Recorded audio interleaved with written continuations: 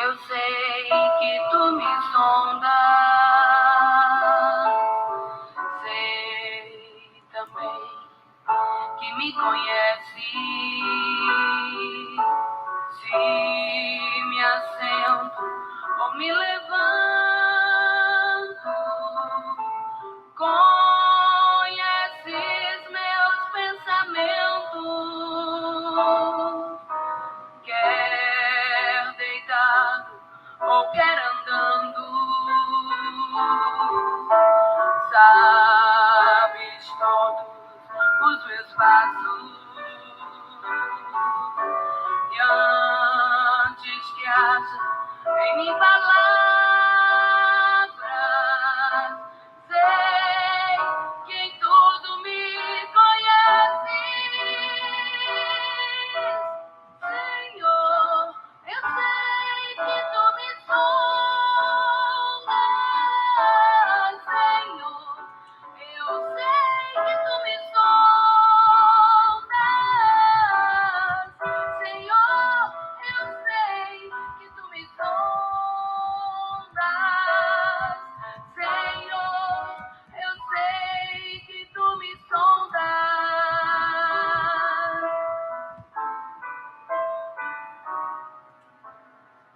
Deus, tu me cercaste em volta, tuas mãos em mim repousam. Glória a Deus, aleluia. Boa noite, a paz do Senhor. Estamos em mais uma live na nossa campanha, né, de oração pelos filhos. E estamos já encerrando. Hoje já é o dia da gente estar encerrando. Foram 7 dias de campanha, graças a Deus até aqui Ele tem nos ajudado, né? E hoje nós temos entrevista com a professora, serva do Senhor Jesus, e conhecida minha, amiga minha também, faz parte da minha equipe de trabalho, e ela estará conosco aqui hoje, agora, falando sobre o que ela pensa da atualidade das crianças, né, em relação ao que a gente está estudando, que a gente está apresentando para vocês esses dias, né, o relacionamento familiar, o envolvimento com a mídia social, com a tecnologia, o que está fazendo diferença na escola, o comportamento das crianças. Ela vai falar mais ou menos para a gente o que ela está achando dessa situação atual com as crianças. E nós vamos estar lendo a palavra de Deus agora no versículo tema, que é o tema de nossa campanha. E é exatamente Efésios capítulo 3, versículo 14. Capítulo 3, 14. Eu vou colocar em tela cheia, vocês vão ver, para estar acompanhando a leitura. Esse é o tema da nossa campanha. O apóstolo Paulo diz: por esta causa me ponho de joelhos diante do Pai, de quem toma o nome toda a família, tanto no céu como sobre a terra, para que, segundo a riqueza da sua glória, vos conceda que sejais fortalecidos com poder, mediante o seu Espírito, no homem interior. Amém? Por esta causa me ponho de joelhos diante do Pai, de quem toma o nome toda a família, tanto no céu quanto na terra. Glória a Deus por isso. Deus é fiel. Nós estamos, então, nos apresentando a Deus em oração. Somos mães, somos pais, né? Nós temos pais também assistindo, e nós levantamos essa campanha todos os anos, as intercessoras, e esse ano o nosso tema é esse. É sobre um assunto atual, né? A depressão entre crianças e adolescentes, que está levando a tirarem a vida cada vez mais, de forma mais frequente, e a família precisa se fazer presente para evitar essa situação. Então, eu vou chamar agora para vocês conhecerem, quem não conhece ainda, a professora Nilma Brito. Tá, gente? Deixa eu aceitar eu aqui. Pronto. Paz do Senhor, Nilma, que Deus te abençoe. Quero te pedir que se apresente, seu nome, a cidade, quem você é, em rápidas palavras, quem você é, o que você faz, Desde quando você exerce essa função de professora? Nasceu no seu coração esse desejo? Você já nasceu com essa vocação? Fale um pouquinho de você, da sua pessoa para a gente, tá? Vou deixar você sozinha na tela para você se apresentar para o pessoal. Tá certo. Boa noite, a graça e a paz do nosso Senhor Jesus Cristo a todos. Eu me chamo Nilma Nascimento de Brito, né? Nasci no ambiente meio evangélico e católico, mas desde então, desde quando minha mãe engravidou, que ela já tinha me prometido ao Senhor, né? E eu fui crescendo. Aos 7 anos, meu avô já me chamava de professora. E eu nasci já com aquele desejo de ser professora por ouvir ele dizer que eu era professora. Pegava minhas primas pequenininhas e saía ensinando lá no muro dele. E fui crescendo, crescendo. Na adolescência, né, teve a primeira escola, Edivaldo Machado Boaventura, que veio de Salvador para cá, para Juazeiro. Sou de Juazeiro, da Bahia. E eu senti esse desejo, né, de fazer o magistério, quando eu tinha 20 anos. Hoje eu estou com 50, vou fazer 57 anos, no dia 8 de março, no dia da mulher, né? Então, as mulheres guerreiras aí que estudam, trabalham, são mães, são servas, né? São profissionais de excelência, né? Que cuida da casa, ainda cuida do seu trabalho, né? Então, voltando para a minha história.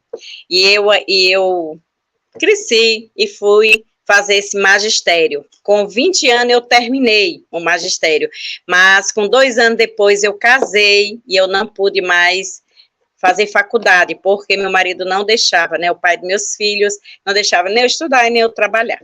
Então, foi que eu fiz, foi cuidar dos meus filhos. Em uma parte eu fiquei chateada, mas em outra eu agradeci, porque hoje são meninos, são homens, aliás, né, um tem 32 anos, outro tem 33, 34, aliás, fez agora em fevereiro, e são homens segundo o coração de Deus mesmo, porque desde criança que eu ensino a palavra do Senhor, né? E me formei depois na faculdade, com quase 40 anos eu terminei minha faculdade, né? Mas de lá para cá, eu já estou o quê? Com 20 anos de magistério, de sala de aula. 20 anos. E tenho visto, assim, que uma mudança de lá para cá, muito grande, né? Mas, graças a Deus, a gente faz nosso trabalho baseado no amor, né?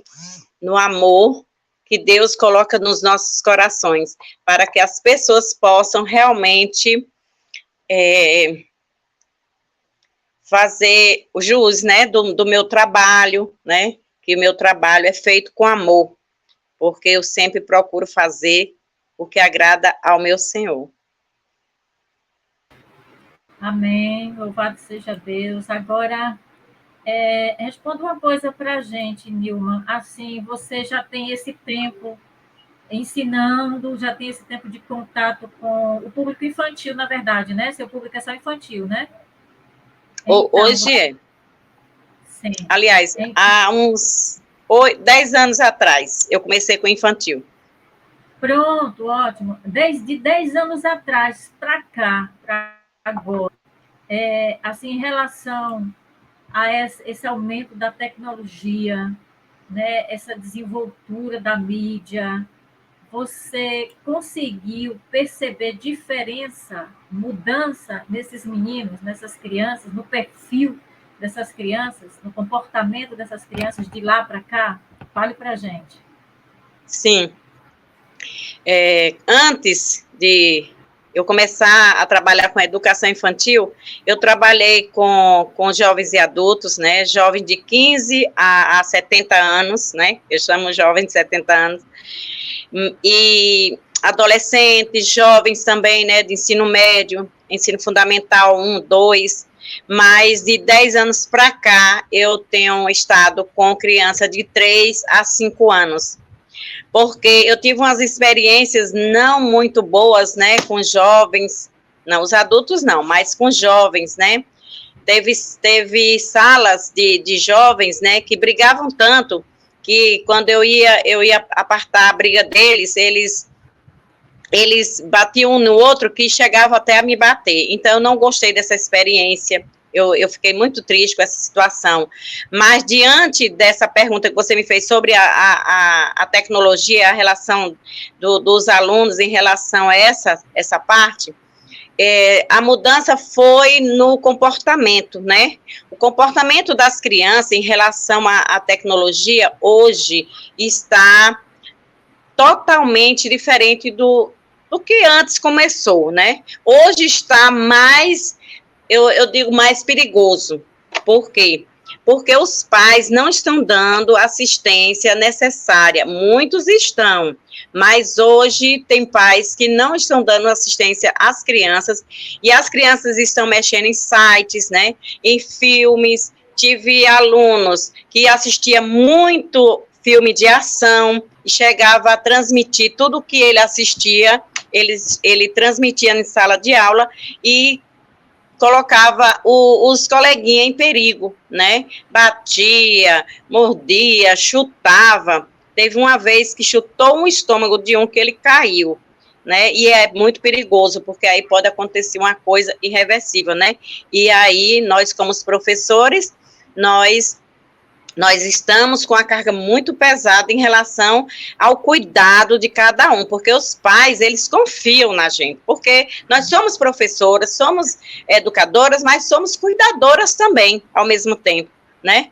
E eu vejo, assim, que essa parte da tecnologia só contribuiu muito, assim, para que a gente pudesse fazer um trabalho muito bom online, né, na época da pandemia, mas assim, depois disso, eu não acho viável, porque as crianças ficam dispersas, as crianças ficam nervosas, elas não interagem muito umas com as outras, como naquela época que eles brincavam. Nós temos nosso momento de área externa, de brincadeiras, e muitas crianças não querem o celular, até o nosso que eles querem pegar.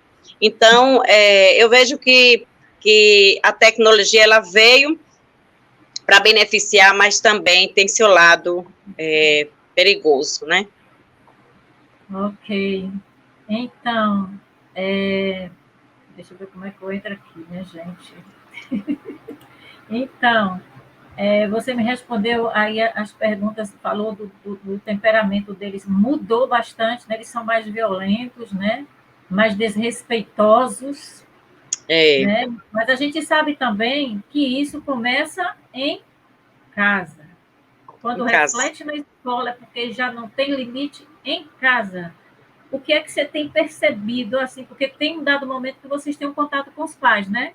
Não o tempo todo, mas tem um dado momento que vocês têm um contato, tem uma reunião, ou então quando vem trazer a criança. O que é que você tem percebido nesse relacionamento? Rapidamente, assim, você vê, dá para perceber o relacionamento entre pai e filho, ali na frente de vocês? O que é que você tem percebido? Você tem percebido, assim, que o filho não está respeitando, ou que a mãe ou o pai está se igualando? O que é que você tem visto, assim, nesses momentos, lapsos, né, que a gente consegue ver? No relacionamento, assim, sem eles falarem, assim, quando o pai leva o filho, né? Naquele momento ali, dá para você perceber alguma coisa de influência dos pais? Diz para a gente. Sim, essa relação entre pai, mãe, avô, tio, porque não é só o pai e a mãe que leva, né? Tem um tio, tem a tia, tem a avó, tem até os irmãos, né? Eles levam para a escola. E eu vejo assim, em relação ao pai e à mãe, né? Eu sempre procuro ver essa situação. E vejo que tem mães e tem pais que fazem a vontade da criança. A criança já chega dizendo que quer que deixe o celular, né? E às vezes não, todas as vezes eu digo, não pode. Mas uma vez eu até peguei um celular escondido dentro da bolsa. Quer dizer, ela não tirou antes, mas eu percebi e eu tirei e mandei ela vir pegar, né? E, assim, eles fazem, hoje, chama-se geração Nutella, porque os pais estão fazendo a vontade dos filhos. Hoje eu vejo que tem crianças, até dentro da igreja mesmo, chega os pais já dão o celular ali, como você já até comentou numa live aí, né, que chega a dar o celular para o menino ficar quieto. Isso eu não concordo. Então, em relação aos pais que chegam, eu converso com eles, eu vejo que a criança é que manda neles, converso bastante, que não é assim, que eles têm que conversar com eles, tem que dar o carinho, tem que dar o amor, mas também a disciplina, porque a palavra, aí eu uso a palavra. Em todos os momentos da minha vida, eu uso a palavra. Por quê? Porque ela é a verdadeira, ela não mente e ela nunca volta vazia, né?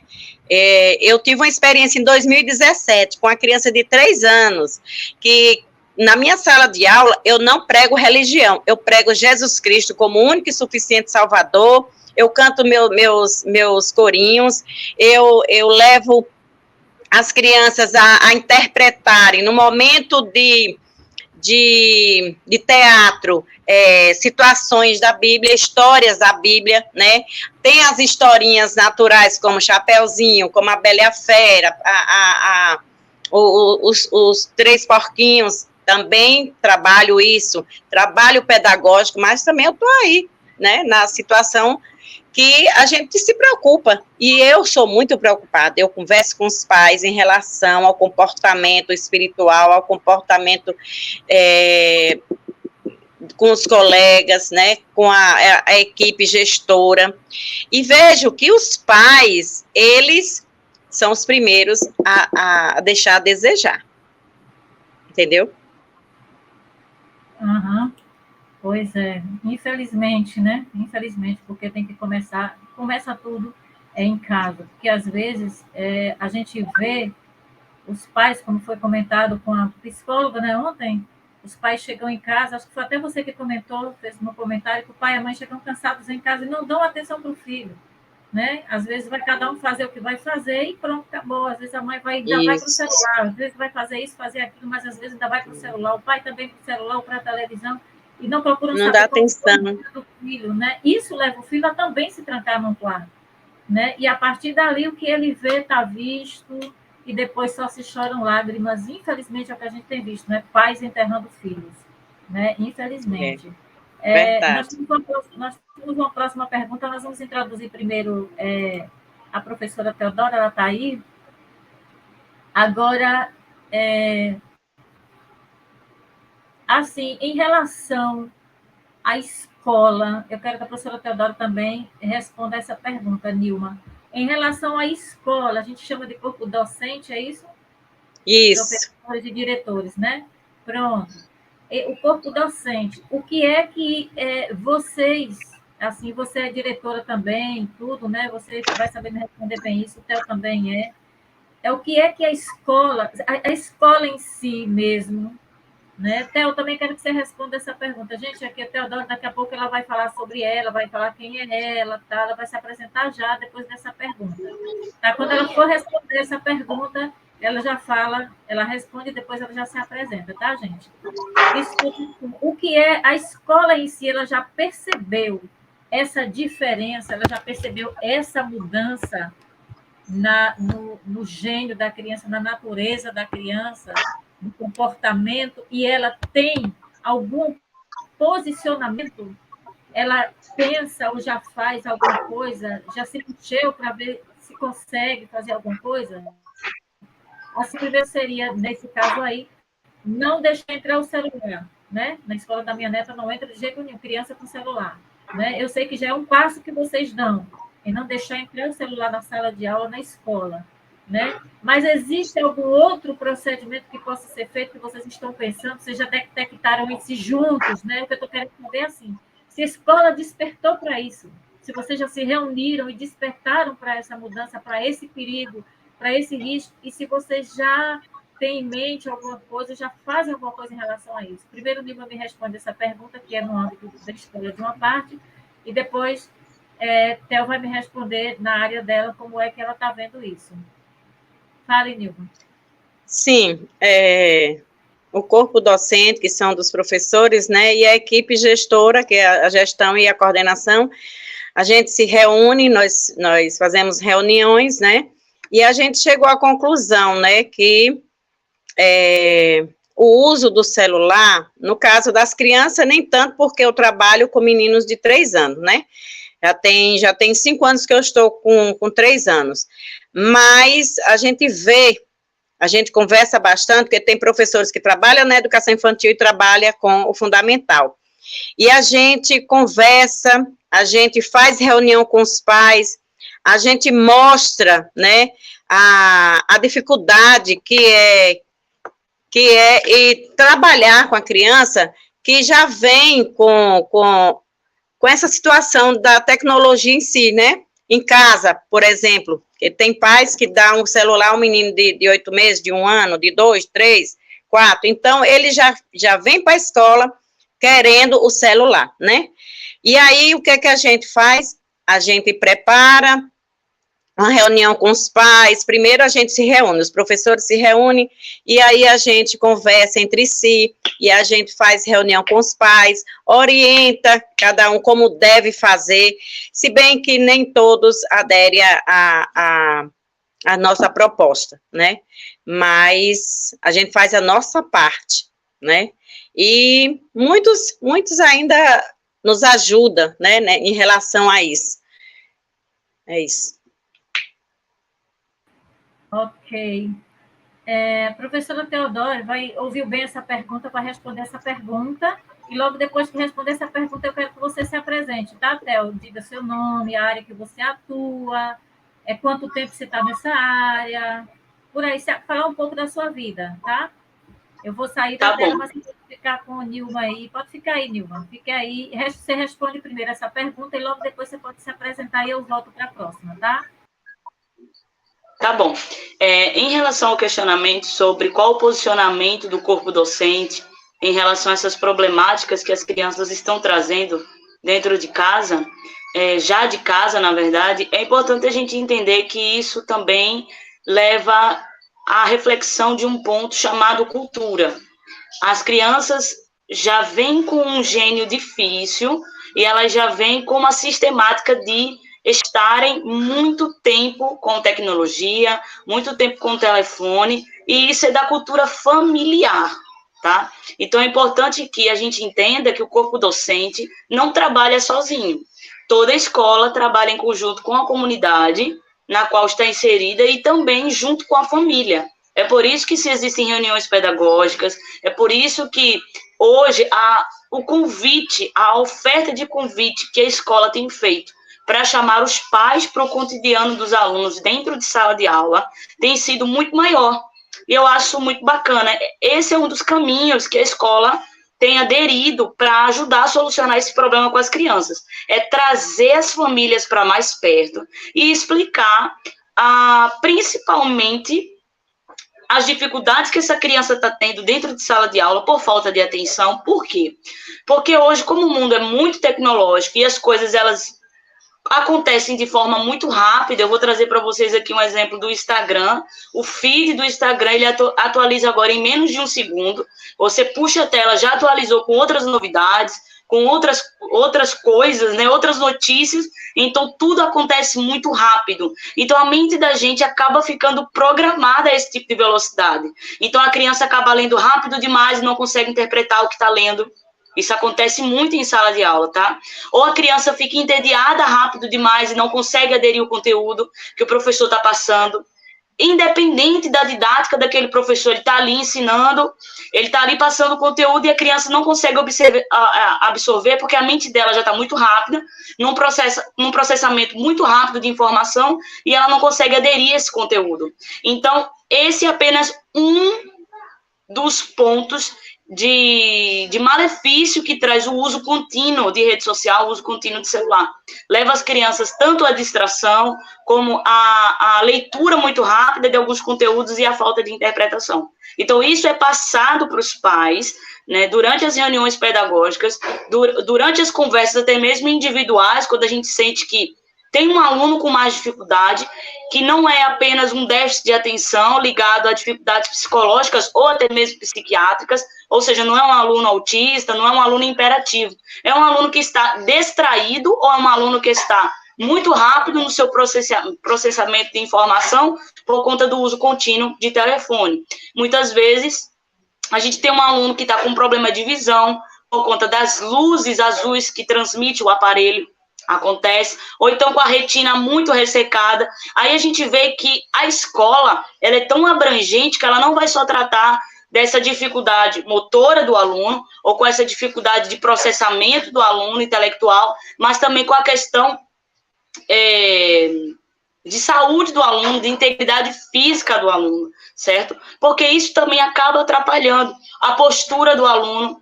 Tudo isso, todos esses fatores, dificultam o aprendizado do aluno em sala de aula. Então, tudo isso é observado, essa mecânica toda é observada pela escola. Só que, como eu falei aqui no início, a escola ela não trabalha sozinha. Então, tem que se haver tanto um apoio governamental, tanto um apoio da comunidade, como um apoio da família. Então, o primeiro passo que a escola tem feito é trazer os pais para essa realidade, para que eles estejam conscientes e que dentro de casa eles possam colocar limitações. Por quê? Se a gente pega uma realidade de escola estadual, que tem trabalhado intensamente com o ensino médio, principalmente com os cursos técnicos e profissionalizantes voltados para a inserção do mercado de trabalho, a gente vai ver que o envolvimento com a tecnologia é quase de 70% em sala de aula. Tanto dos alunos estarem postando nas redes sociais o que tem feito em sala de aula, como nas aulas de robótica, como, por exemplo, como os próprios alunos estarem em laboratório de informática dentro da sala de aula para pesquisa, para desenvolvimento intelectual e científico. Então, a gente não pode simplesmente tirar o telefone do aluno. A gente não pode simplesmente tirar o computador do aluno. A gente não pode simplesmente tirar o aluno, principalmente o aluno de nível médio, ensino fundamental e médio, porque é importante, é uma ferramenta importante para ele. Mas aí é que tá. A gente deve contextualizar essa nova ferramenta. Não apenas deixar o aluno à vontade com aquela ferramenta, não. Essa ferramenta tem que ser contextualizada. Aqui na escola, o celular e o notebook ou o tablet, como muitas escolas integrais fazem o uso do tablet, principalmente as escolas estaduais, onde o governo ofertou esses tablets, então muitos alunos têm esses tablets. Então, o que é que acontece? Há necessidade de ser conceituado. Olha, o uso do computador e do celular é para níveis, para gestão de conhecimento, é para você estudar, tá? É apenas para isso. Mas esse trabalho, ele é totalmente de conversa. Você vai ter que conversar, você vai ter que dialogar com o aluno, com a família do aluno, para trazer a ele a noção de que ele precisa, de fato, usar aquela ferramenta para o conhecimento próprio dele, para que ele cresça. Então, é um trabalho de formiguinha, tá? Que eu quero deixar aqui para vocês. Não é fácil, não é algo que vai ser resolvido do dia para a noite, não é algo que a gente vai trazer à tona, né, com uma clareza rápida na mente dos alunos, porque eles já estão acostumados, por conta da cultura na qual estão inseridos, de estar usando celular, de estar usando computador e notebook o tempo que quiser e de forma indiscriminatória. Então, o trabalho da escola, e outro ponto interessante, vai depender muito da realidade na qual a escola está inserida. Como eu falei agora, escolas que trabalham apenas com creche, com o primeiro fundamental, né, com a educação básica, como agora a gente chama, né, que antigamente era fundamental 1 e 2, agora é a educação básica, que engloba os anos iniciais desse aluno. O que é que vai acontecer? Ela realmente não vai ter uma realidade, como a Nilma falou agora, de ter celular, de ter notebook, mas uma escola que tem uma realidade diferente, que é o caso do Fundamental 2 e do ensino médio, nós já temos uma realidade inseparável da tecnologia. Então, é só através do diálogo e da conversação empírica com os pais que nós vamos poder fazer essa modificação na cultura desses alunos. Uma pergunta em relação a esses tablets. Eu percebi que a área da saúde, ela também trabalha com isso, vem receber um tablet para estar trabalhando. Eu vi que os tablets que o pessoal da saúde usa, então, amigas que são enfermeiras e são, como se chama? Agentes de saúde, ele tem um bloqueio, ele está programado só para aquilo. O da escola também é assim? Sim, A maioria dos tablets que foram recebidos em meados de 2016, 2017, se eu não me engano, a Nilma pode me corrigir se eu tiver dado incorreto aqui, não me recordo muito bem o ano, mas se eu não me engano, foi 2016, 2017, foram ofertados na rede estadual esses tablets e eles vieram com bloqueio de certos acessos. Mas, é como eu falei para vocês, agora, esse trabalho, também em parceria com o governo, ele tem que ser retalhado e ele tem que ser refeito, ele tem que ser reprogramado, porque muitos alunos já tiveram acessos permitidos de forma indiscriminada no Google, nas redes sociais, no YouTube. Então, é necessário que, chegando esses tablets novamente para a mão desses alunos, e os que já existem, eles venham ser reprogramados para que os acessos não venham ser permitidos. É o que acontece com os computadores nos laboratórios das escolas que abrigam, que tem uma oferta do ensino médio. O acesso é limitado e ele é restrito apenas ao que a escola quer que o aluno acesse.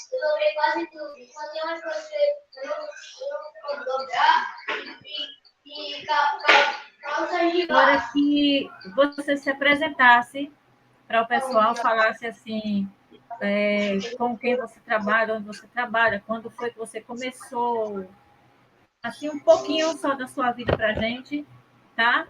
Eu vou deixar você sozinha na tela aqui, fazer isso. Depois a gente continua com as perguntas. Tá certo. Meu nome é Teodora Queira, eu sou licenciada em História da Arte, sou professora há mais de 6 anos, sou professora também do curso de Missiologia, e também atuo na área pedagógica e na coordenação de uma escola preparatória para missionários. Eu já estou há bastante tempo na estrada, desde os meus 15 anos, que eu já faço alfabetização, mas trabalhando mesmo na área com reconhecimento há um pouquinho mais de 6 anos. Amém, louvado seja Deus por isso. Agora, Nilma, entra aí que eu vou fazer uma pergunta para vocês duas. Deixa eu chamar a Nilma. Vem cá, Nilma. Nilma, sua tela tá travada. Eu acho que está travada a sua tela, Nilma. Eu vou fazer a próxima pergunta. E deixa eu ver se eu coloco aqui. Nilma, cadê você? Aqui. Eu não estou conseguindo te ver, não. Abre sua tela aí. Não consigo ver sua tela. Seu rosto. Se você eu estou me vendo. Eu estou lhe vendo. Pois é, não estou. Saia e entre de novo aí para ver, ou então veja se você não fechou a câmera. Não, fechei não. Então, sai e entre de novo. Enquanto você sai e entra, aí eu faço a pergunta aqui para a Teodora e você vai responder a mesma pergunta. Assim, Theo, responda sinceramente, né? Eu quero que ela ouça também essa pergunta quando ela entrar, eu faço para ela. Ela está chegando aqui. Deixa eu tirar esse. Pronto? Você está aí? Tô. Pronto, agora sim, agora sim. A sua outra janela parou legal. Pronto, ótimo. É assim, respondam sinceramente, uma de cada vez. Vocês acham que a escola ela pode influenciar de alguma forma no âmbito familiar para mudar alguma coisa no âmbito familiar? Porque sempre tem aquela frase, né? Que família e escola tem que trabalhar junto, né? Tem aquela frasezinha assim.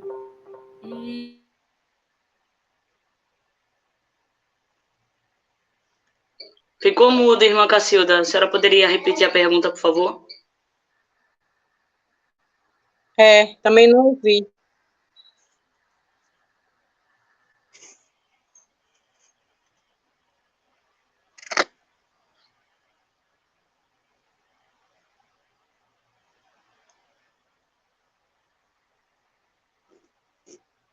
Pronto. Eu acho que deve ter sido a minha internet. Conseguem me ouvir agora? Sim. Pronto. Sim, está ótimo. Pronto. Então, vou repetir. Eu quero que vocês me respondam sinceramente se vocês acham que a escola pode influenciar de alguma forma no âmbito familiar para mudar alguma coisa no comportamento dessas crianças. É real isso de que a escola trabalha com a família com a escola? se elas trabalham juntas, há uma possibilidade realmente da família, da escola entrar de alguma forma dentro de casa, nessa família, para ajudar a mudar alguma coisa? Responda uma de cada vez, eu quero saber assim, no pensamento de cada um de vocês e na realidade também diária de vocês. Fale, Nilma. Na verdade, a escola em si sempre procura fazer essa conexão, mas muitas vezes os pais, eles não nos dão a abertura para isso. E aquele que eu, particularmente, eu consigo, eu como professora, né, eu sempre estou me propondo a conversar, vou na casa deles, converso sobre a situação da criança, né, e do comportamento, porque muitas vezes na escola a gente não está tendo esse tempo, não temos. Eu acho que o seu microfone está fechado. Eu acho que seu microfone está fechado. Eu acho que seu microfone está fechado. Você não ouviu, não? Eu ouvi. Eu consegui ouvir. A gente aqui ouve, mas estava com um tracinho, como se não tivesse conseguido. Já abri. Pronto, agora pode falar. Então, a escola sempre propõe essa conexão, né? A gente está sempre, família, escola, fazendo reuniões, fazendo festa para que a família esteja integrada, a escola também. Muitas vezes, a família passa por problemas, a escola sabe, ajuda, mas depende muito de família para família, porque nem todas aderem a essa situação da gente estar fazendo essa conexão, né? Eles são muito difíceis, pelo menos na minha região, né? Mas eu, particularmente, eu como professora, eu procuro sempre conversar com a mãe, porque geralmente a mãe é que é mais aberta, né? A situação, até comportamento, mostrar que seu filho está com alguma deficiência, que precisa procurar um profissional, porque muitas vezes a gente vai falar, os pais não aceitam. O ano passado eu tive essa experiência.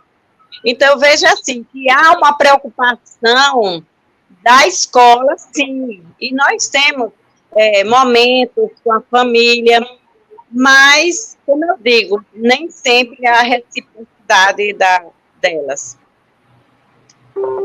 Ok. E você, Theo, o que você acha aí? Responda na sua realidade.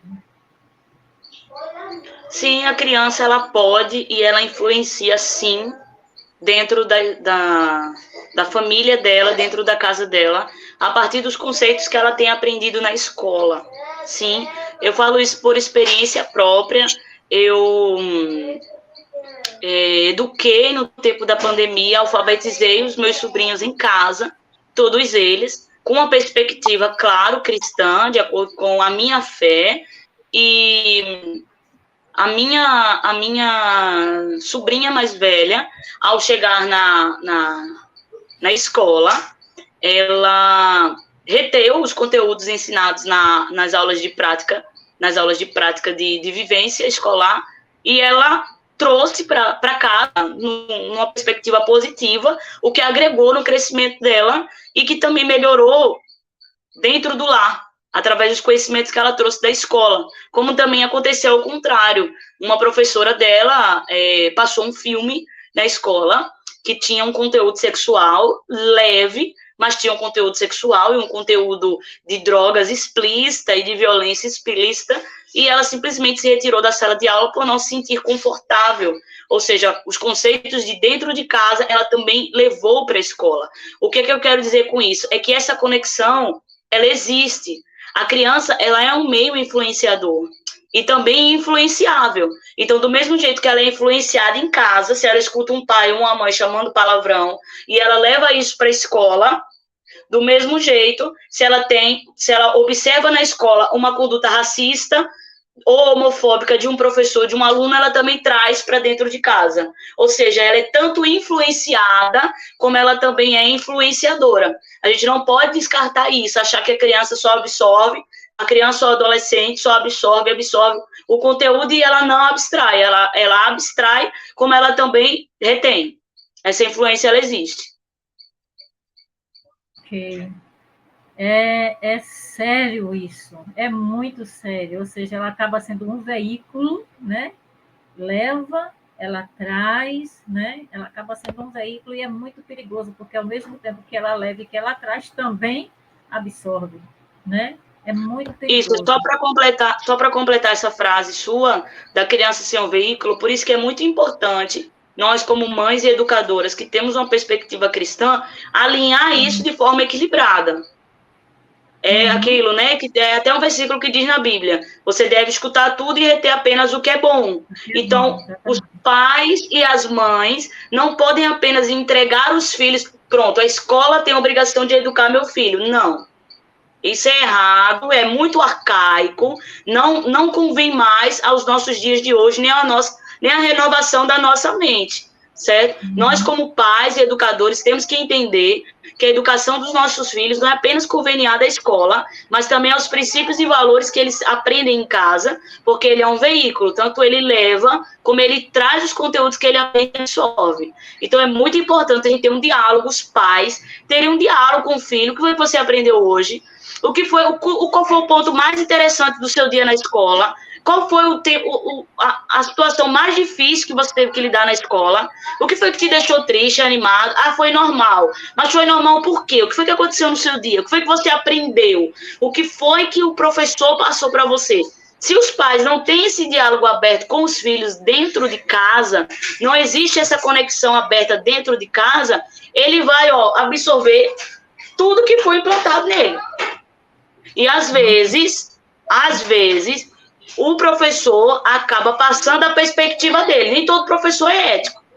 Venhamos e convenhamos aqui, nós somos aqui da área e sabemos. Nem todo professor é ético. E às vezes ele passa a visão dele dos fatos, não a visão neutra, respeitando outras culturas, respeitando outras crenças. Então, é muito necessário que haja um diálogo aberto entre escola e família e aluno.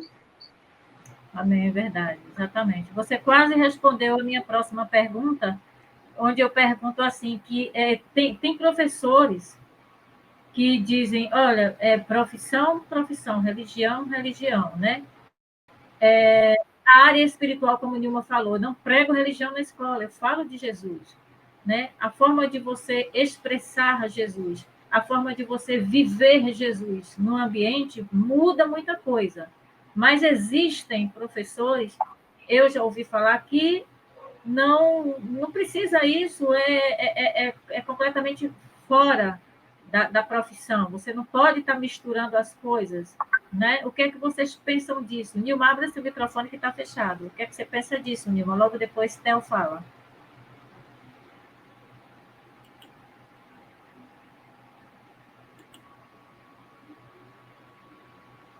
Tá sem áudio, Nilma. É interessante, o dela, quando está com tracinho, tá aberto. Quando está sem o tracinho, está fechado. Fala agora para eu ver, Nilma. Não, ouvindo não. Tá mudo, tá sem áudio. Ative aí. Não, fechou. Aí, fale aí. Não, tem alguma coisa tem algum problema no seu celular. Veja o som aí, porque está aberto aqui, mas não consegue te ouvir.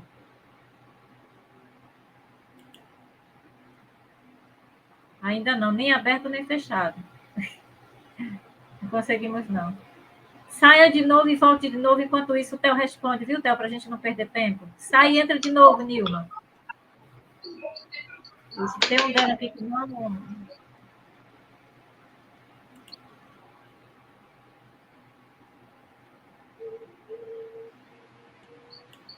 Tá me ouvindo? Sim, bem. Você ouviu bem Pronto. A pergunta? Sim, sobre a questão do professor separar a religião da profissão, né? Isso aqui tem uns que entram mesmo com a religião, eles rebatem os alunos evangélicos, por exemplo, né? Eles têm uma religião e eles perseguem, às vezes, o aluno evangélico dentro da sala de aula. E, às vezes, o professor Sim. evangélico, ele chega a fazer também alguma menção sobre aquilo e fica difícil, né? Essa mistura, né? O tipo de comportamento, como é o tipo de comportamento aceitável, ético, em relação a isso? Sim. Bom, diante dessa perspectiva, eu só queria salientar aqui uma informação que eu acredito ser muito pertinente para esse debate que a gente está tendo aqui, essa conversa, é que, infelizmente, a cadeira, a matéria de religião foi retirada das escolas. As escolas hoje não têm mais essa matéria. Na minha época, ainda quando eu fazia ensino fundamental, desde a educação básica tinha cadeira de religião, inclusive era constitucional, de acordo com a nossa LDB, o estudo das religiões, mas infelizmente foi retirado. Mas você vê aí que existe um tanto de hipocrisia, porque nós não estudamos o advento do cristianismo nas escolas, nem a origem do cristianismo, ou do budismo, ou do islamismo, porém, todavia, entretanto, todas as festas culturais do país são comemoradas e faladas na escola, como, por exemplo, a festa de São João, como, por exemplo, a festa de Halloween, que não é cultural do Brasil, é norte-americana, mas é trazida para as escolas, porém, nós não podemos falar de religião em sala de aula. Por quê? Geralmente, quando um professor, ele segue qualquer religião e ele vai dar uma aula, por exemplo, de biologia, ou uma aula de ciências naturais, ou uma aula de história, por exemplo, não é, se não tiver dentro da grade curricular, ele falar, por exemplo, sobre a teoria evolucionista de Darwin, ou ele vir falar sobre as cruzadas, a reforma protestante, ele não pode, em sala de aula, durante a aula, expor a opinião pessoal dele, porque vai fugir do conteúdo ensinado, vai fugir da grade curricular, e ele não está ali para influenciar os alunos, ele está ali para passar conhecimento. Não que o professor seja detentor de todo conhecimento. Antigamente a gente tinha uma visão do professor como mestre, cheio de sabedoria e conhecimento, e os alunos apenas ouvindo e recebendo o conteúdo.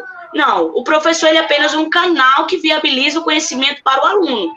Ele não é detentor do conhecimento. Mas mesmo assim, ele não está ali para expor a sua opinião ou a sua crença pessoal. Ele não pode ser um influenciador, ele tem que ter uma postura neutra, ele tem que repassar o conhecimento que está dentro da grade curricular, que já é estipulada na Constituição, na LDB, no plano de aula que ele faz, que é o último passo do professor, é o seu plano de aula, e depois a execução da aula em si, mas ele deve manter uma postura ética diante da sua profissão, como em todas as profissões. Por exemplo, um juiz, ele não pode expor ali dentro de uma situação que ele vai exercer autoridade, ele não pode colocar a opinião dele ali. Ah, não, porque eu acho que fulano está errado, eu vou lá e vou condenar. Não, ele tem que se basear em leis, ele tem que se basear em estatutos, ele tem que se basear até mesmo num júri, na opinião de um júri. Então, da mesma forma, da mesma linha, é o professor. Mas isso não significa que, se perguntado sobre qual sua religião, qual o seu pensamento sobre o professor, não possa omitir, ele não possa falar. Se perguntado, mas de maneira muito precavida, para que não gere um debate muito aceso, que leve até as vias de fato de uma demissão, por exemplo, de um professor, que pode muitas vezes acontecer, porque muitas vezes é deturpado o que o professor fala e acaba aparecendo como preconceito, ou pode parecer como é que eu posso falar para vocês? Como que a religião dele é superior em detrimento das outras. Então tem que haver um cuidado, um esmero muito grande. Não que o professor negue sua fé, mas ele pode sim ser perseguido se ele expor de maneira pouco esmerada. Entendi. Pode falar, Nilma. Tá me ouvindo agora? Sim, graças a Deus. Sim.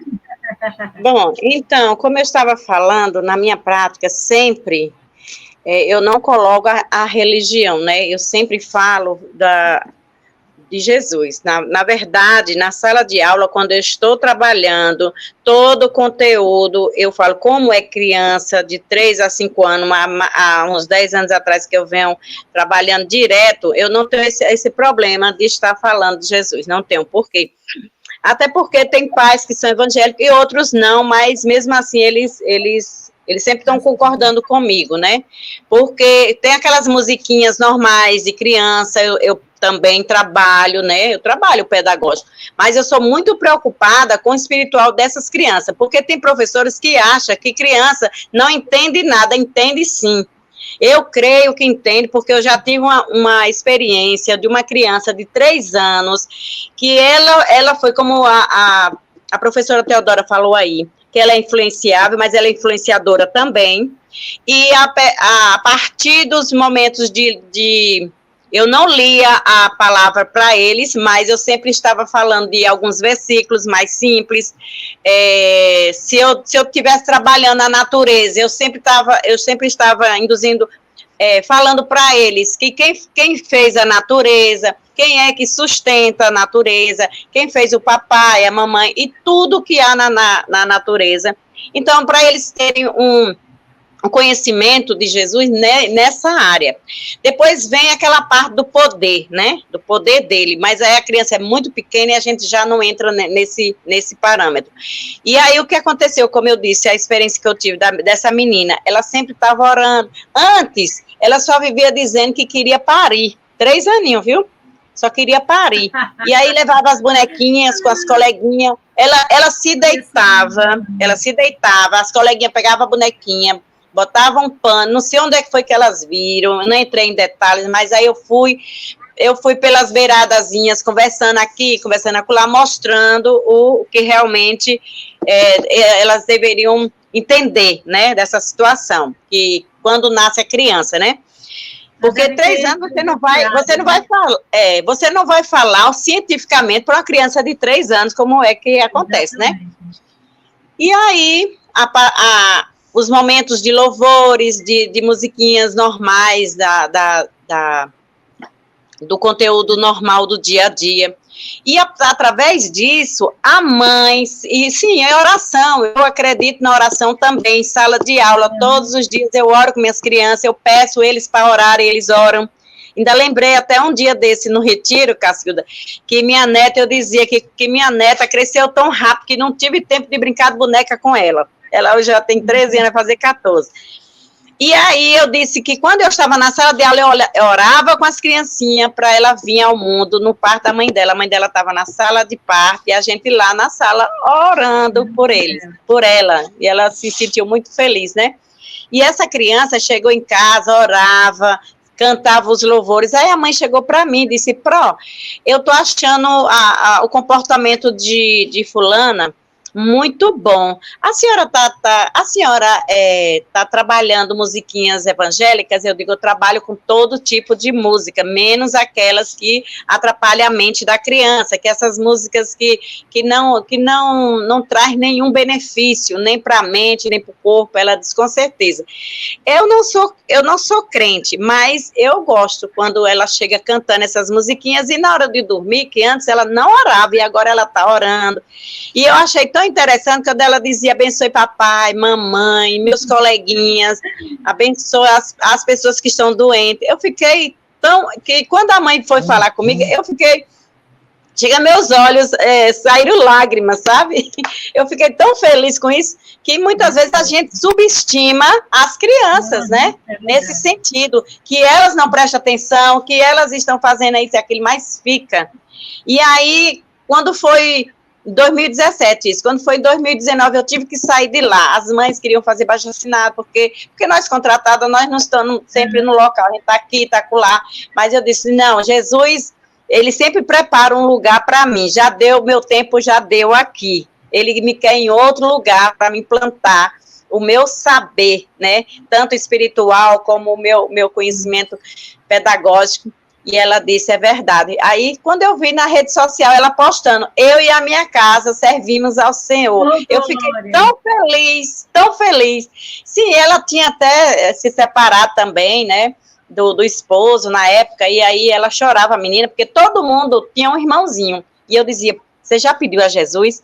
Faça essa oração. Jesus, eu quero um irmãozinho.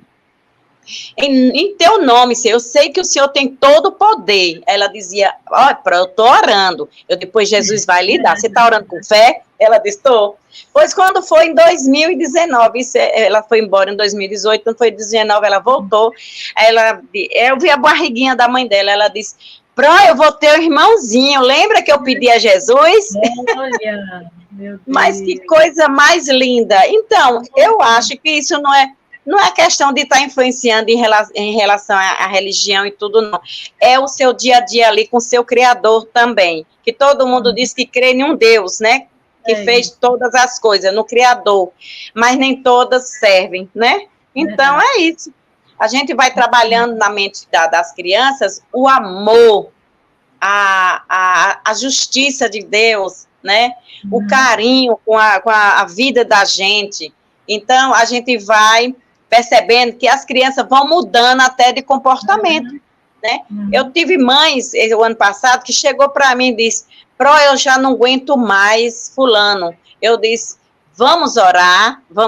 Ela disse, mas eu não sou crente. Eu digo, para orar não precisa ser crente, não. Você não crê no Deus que fez todas as coisas, que pode todas as coisas? Deus é o nosso Pai.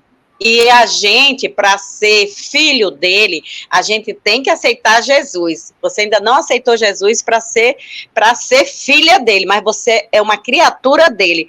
Enquanto você não aceita, que eu sei que você vai aceitar esse Jesus maravilhoso, eu conversando com ela à parte, né? Você é uma criatura, peça ao Criador que ele vai lhe ouvir. E eu vou pedir ao meu papai, porque ele é o meu papai, eu já me entreguei a Jesus. E aí ela ficou sorrindo.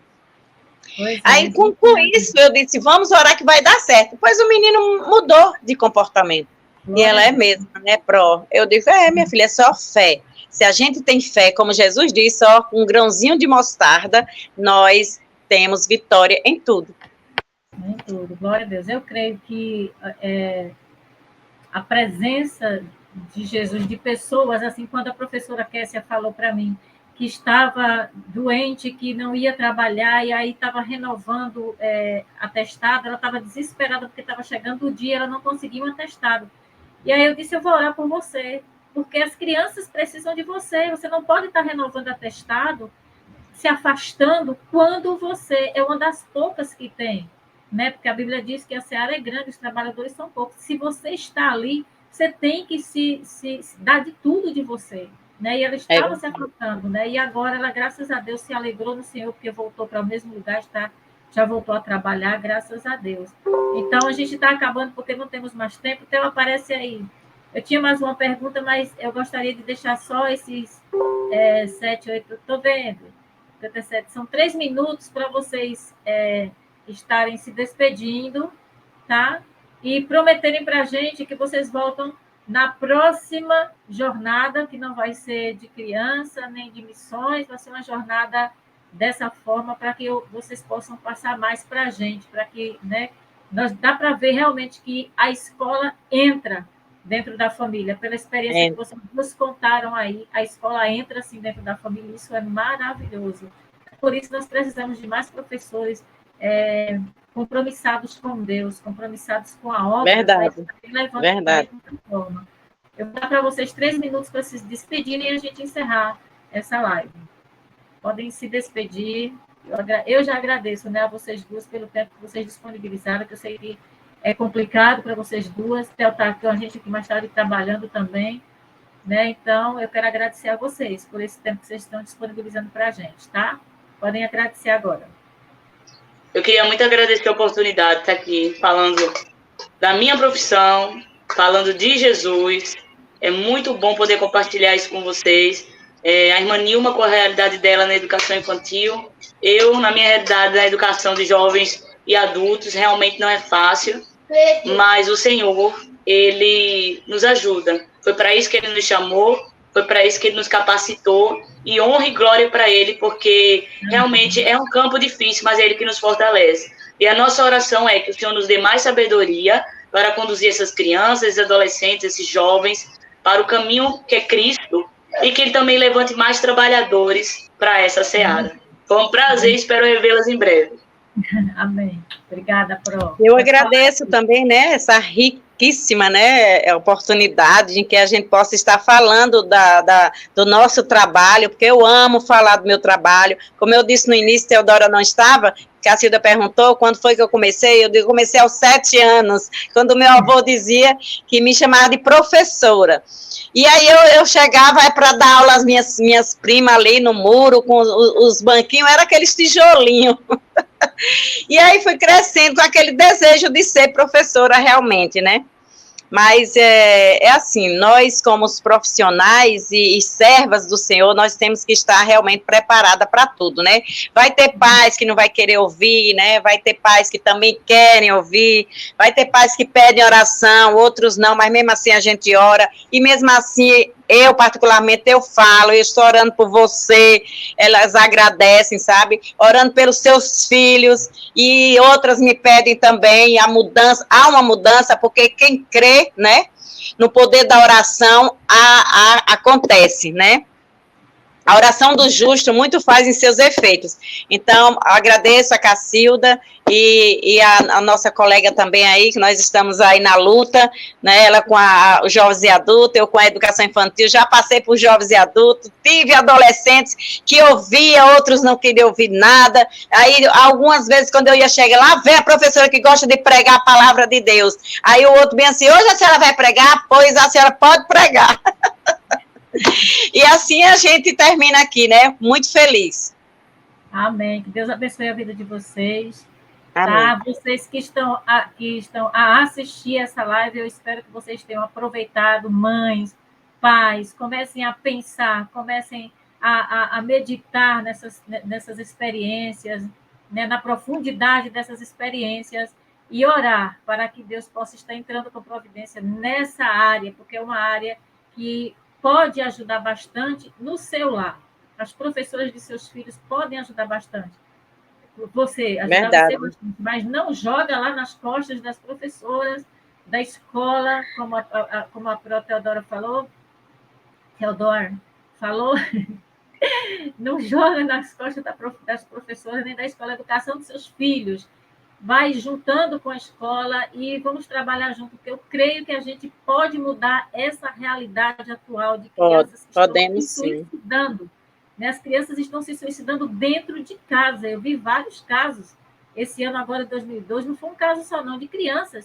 E mães desesperadas, são as crianças nos braços que suicidaram diante de um jogo, na tela de um jogo, se suicidando. Outras escaparam, mas 2 ou 3 eu vi esse ano passado se suicidando com umas tal de umas desafios. Desafio, eu vi. Uma de 8 anos, a mãe chorando, falando, 8 anos, morreu. E aí a mãe não está na sala com a criança, não está ali no quarto com a criança, e a criança fica ali à mercê do que o inimigo quiser colocar. Então, verdade. Vamos nos ajudar e vamos estar em oração. Meia-noite nós estamos com oração dentro dessa campanha. Venham orar conosco pelos seus filhos. Então, que Deus abençoe a vida de vocês. E nós encerramos aqui para a glória de Deus. Tchau e a paz do Senhor. Amém. Tchau. Deixa eu tirar aqui. Colocar É grandioso.